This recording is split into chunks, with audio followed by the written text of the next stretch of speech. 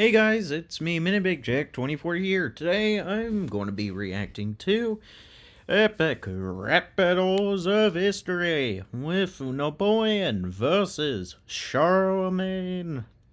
So, two disclaimers. One, obviously epic rap battles of history is going to be a bit of a video where I say, yeah, this is going to contain cursing, possible sexual themes, so if you don't like that, please click off, as if you're not age of 13, I recommend you click off the video. And also, all the copyright belongs to ERB, and without any other doubts, let's begin, because to be honest, I'm interested in seeing how much I can do. Also, I do know that there is going to be an ad at the end, which I won't play for sakes because personally I preferred the ground news ad a bit more, because at least then that gets rid of some of the political biases that happens to, infect our media and stuff. But since it's not ground news, I'm just going to leave it off at like the 2-minute mark.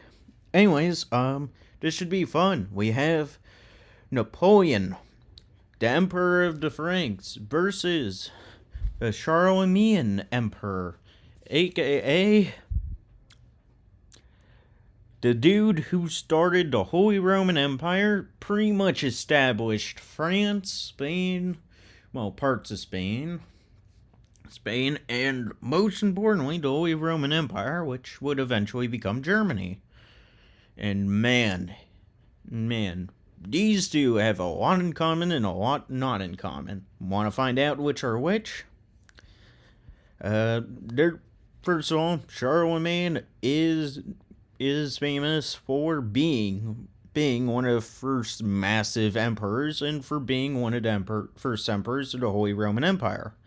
Napoleon's famous for, well, if you guys seen my history of Napoleon in reactions from Oversimplified, you guys know why. Anyways, let's begin. Without further ado, all the copyright once again belongs to ERB, and I don't claim any of the source material as my own. I have to do this annoyingly for that. Anyways, let's begin. What the fuck balls of it? Charlemagne! Yeah! Napoleon! Damn. They gave Napoleon the belly. I have to say, that's not inaccurate. It's just that Napoleon didn't gain the belly until, like, he was on St. Helena, where, he was already away and, not able to return. Who's the conquering king par excellence, whose father is old Renaissance and gave birth to fun? It is I! Teeth. Alright, first of all, I don't want to break down, but damn. Yeah, he did conquer Europe, but to be honest, he kind of was picking apart the pieces that were remaining from the breakup from the Western Roman Empire. So, not much. Conquering king par excellence. I mean, he's not wrong. He did fodder kind of his own style of art and rebirth and remaking of culture. So, that is true. Renaissance and gave birth to fonts. And for the gave birth to fonts, I mean, he was partially responsible for creating different styles of handwriting. I forget what the things are called, but I think it's also called illuminated manuscripts, if I'm not mistaken, as he was responsible for having those created. Charles the Great, son of Pepper the Short, tortured this overblown war, horny backwards forcing course against the... Damn. Alright, so first of all, Charles the Great, or Charlemagne is obviously him. And what he just said was just saying, like, yeah, I'm going up against a Corsican. It's... No, yep. No. Corsican, the Pope died, saved the Holy Roman Empire, established it. It lasted 1,000 years until you branched up and savaged Egypt. Alright, let's see. Before we go into that part, let's see. The Pope's eyes. saved the empire, established it. Alright, so, first of all, yes, Charlemagne did save the Pope, which he did make a crossing of the Alps, but it wasn't nearly as epic or on scale as Hannibal, nor as on a bit more of an epicer, but still depressive state of Napoleon's crossing of the Alps. But I have to say, he did establish the Holy Roman Empire. That's true. And Napoleon ruined it. 1,000 years until you branched up and savaged Egypt. To be fair, I will just say, the Holy Roman Empire was kind of falling apart itself. It was only a matter of time anyways before that happened. And, yeah. Spain, your campaigns are too elaborate. Your bubble of an empire built like an aberrate. I struck the fear. An aberrate? Give me a sec. I need to look this up. Give me a sec. An aberrate? An ABBA? Oh! Never mind. I just figured what that was. The Waterloo song. I struck the fear of God in every land I take, leaving That's true. quaking, making them do the Charlem shake.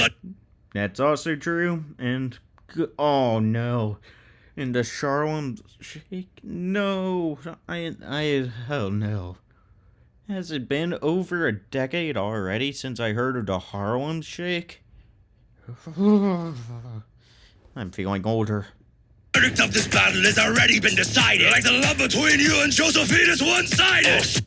Alright, first, before we get into Napoleon's verse, his love between Josephine at first was one-sided, but they actually stayed pretty much in touch and still stayed in love and connected with each other to the point where that they still, even after separating, kept in touch, even up to Josephine's death, which still greatly upsetted Napoleon, even though that he was on his second marriage at that point.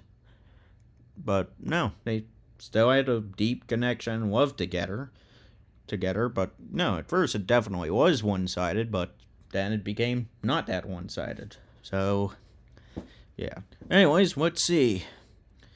And for those that don't know, the last time Napoleon was featured on Epic Rap Battles of History, he was played by Epicoid. And this is Nice Peter, so let's see. Ukraine's Carolingian charlatan. That's true. Genuine article military artisan. That's true. I mean, I have to say, Napoleon himself redefined warfare for the modern age. He brought the world out of the old, musket lines and kind of straight up into a newer version of itself. He established the foundations of moving quick, destroying your enemy's front lines. Hell, he's one of the most, if you look up the top 10 generals out of all of history, he's number one for a reason.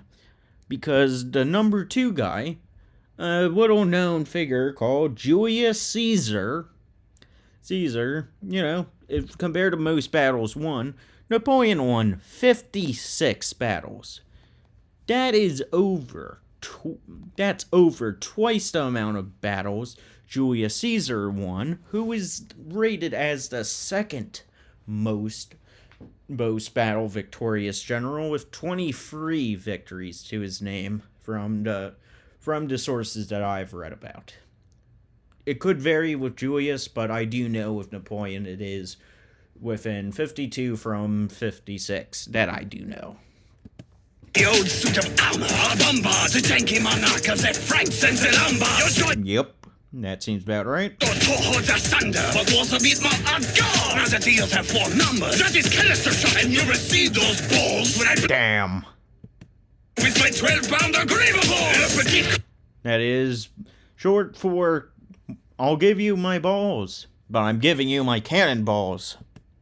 Here to get my groove on. Oh no. He just said, no. Repeat Corporal. Damn.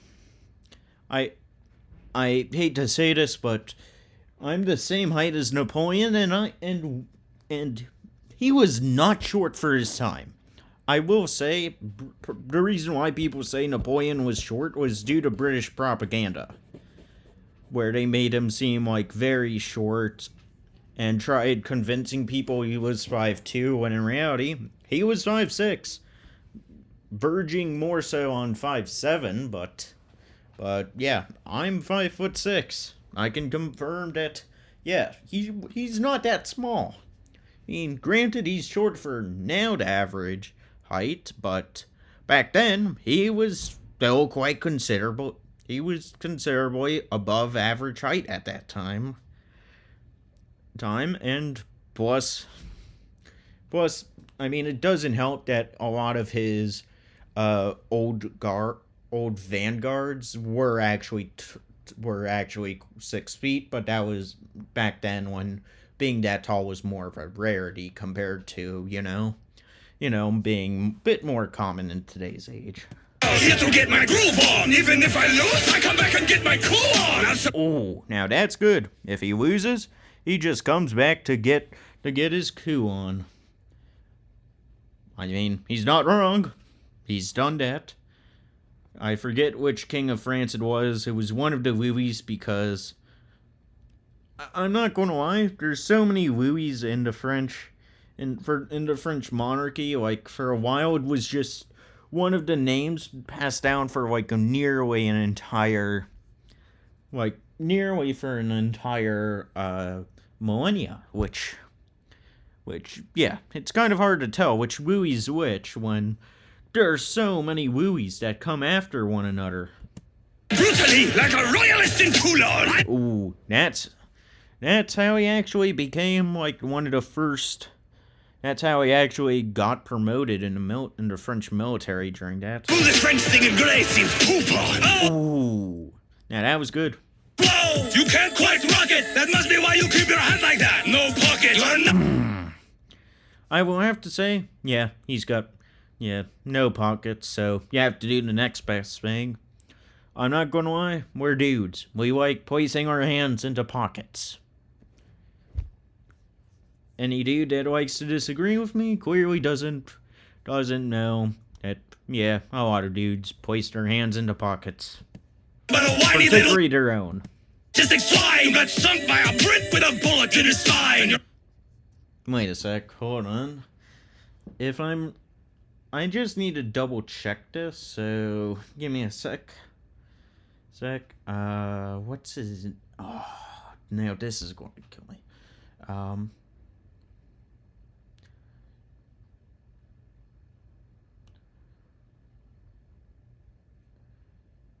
The Duke of Wellington. But what was his name?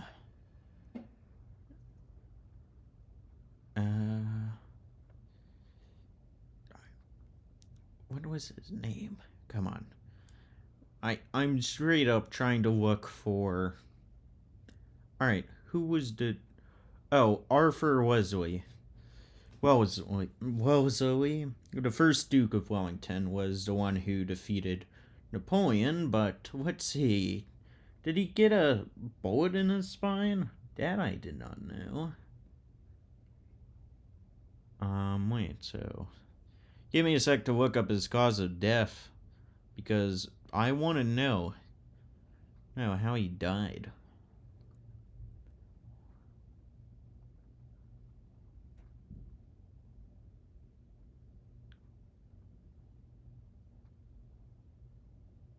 When did he die? No, I know when he died. I'm just wondering how. Give me a sec. So,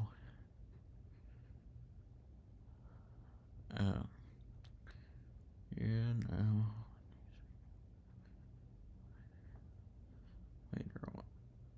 Later life.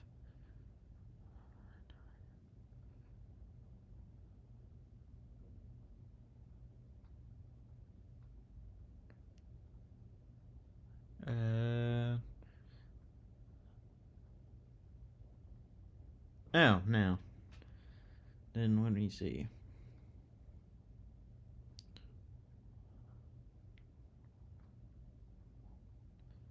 Where did he?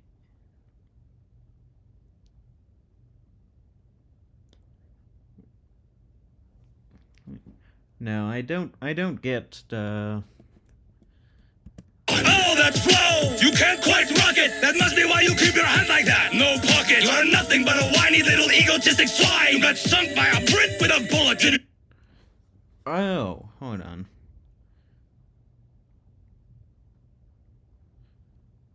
What? Come on, show me where...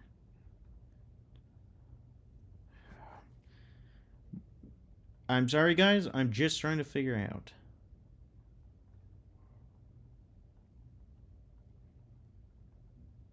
Bullet in his spine.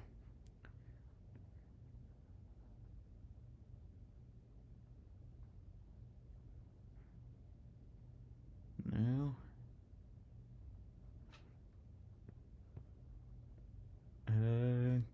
Yeah, no, I don't get this one. If someone gonna explain it to me in the comments down below, I'll be happy, but...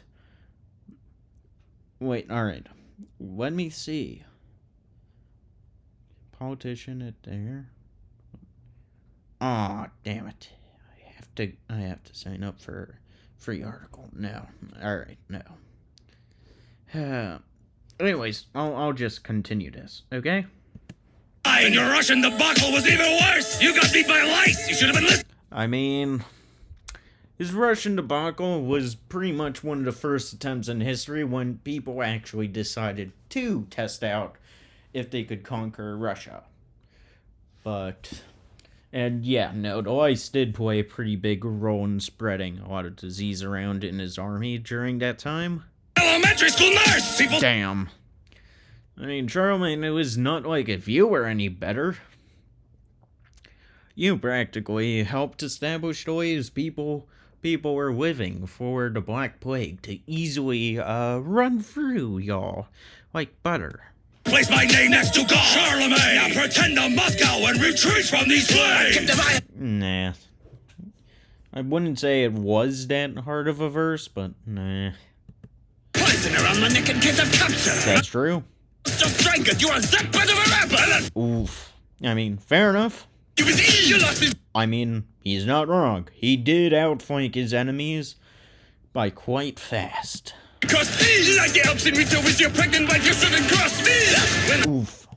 I don't need a pumped head! I keep it... That's true. Because Napoleon literally conquered the areas where, you know, the Pope was. Conquered it. He crowned himself emperor in front of a Pope, which is something that Charlemagne didn't do. You let the Pope crown him emperor of the Holy Roman Empire, which was, funnily enough, not holy, not Roman, and more like the United States than an actual empire, which is a bit hilarious. Hilton, put your crown on myself! That's true. Throne you belong on this yellow tree! You might... Oof. Now that's a toilet. Use a brain, but you can suck beans! Damn, I don't get the last verse, but damn, King of the Franks versus Emperor of the Franks. Well, the Emperor of the French, but you know, basically same thing, just further down the line. And yeah, I'll just say, I kind of like Lloyd's style a bit better, but at the same time, I also enjoy Peter's style. So I guess for now, I say, for me, in my personal opinion, doesn't have to be yours. His opinions are opinions. I believe that Napoleon won. Largely because, oh boy, I do think that Charlemagne's a bit hyped up. Not saying that he isn't deserving of that, of his titles, but also not saying that you know, his accomplishments aren't really out of the ordinary for like any of the other greats, and Napoleon literally has him like, Napoleon in comparison cast his shadow over Charlemagne in shadow, which, yeah. In terms of military and legacy and history, Napoleon outreigns Charlemagne in that regard in history, where, yeah, Napoleon's more remembered than Charlemagne, but Charlemagne's pretty much well known just really because of his name and semi-importance. I mean, I'm not saying that he isn't important historically, it's just that when people study history, usually they're taught about the more modern stuff first, and one of the first more modern stuff around is partially the Napoleonic Wars, which, guess who that's named after? Anyways, I'm sorry for that, guys. Anyways, I'll see y'all later, and all the copyright once again belongs to the ERB, and I'll see y'all in the next video. And sorry for this being longer. I really was just confused by the bullet in the spine line. Anyways, yeah, I know that there's more stuff, but I'm not gonna let you guys go through the end as much as I want to support ERB. I'm not trying to, claim the whole video or have YouTube think that. So anyways, I'll see y'all later. Goodbye.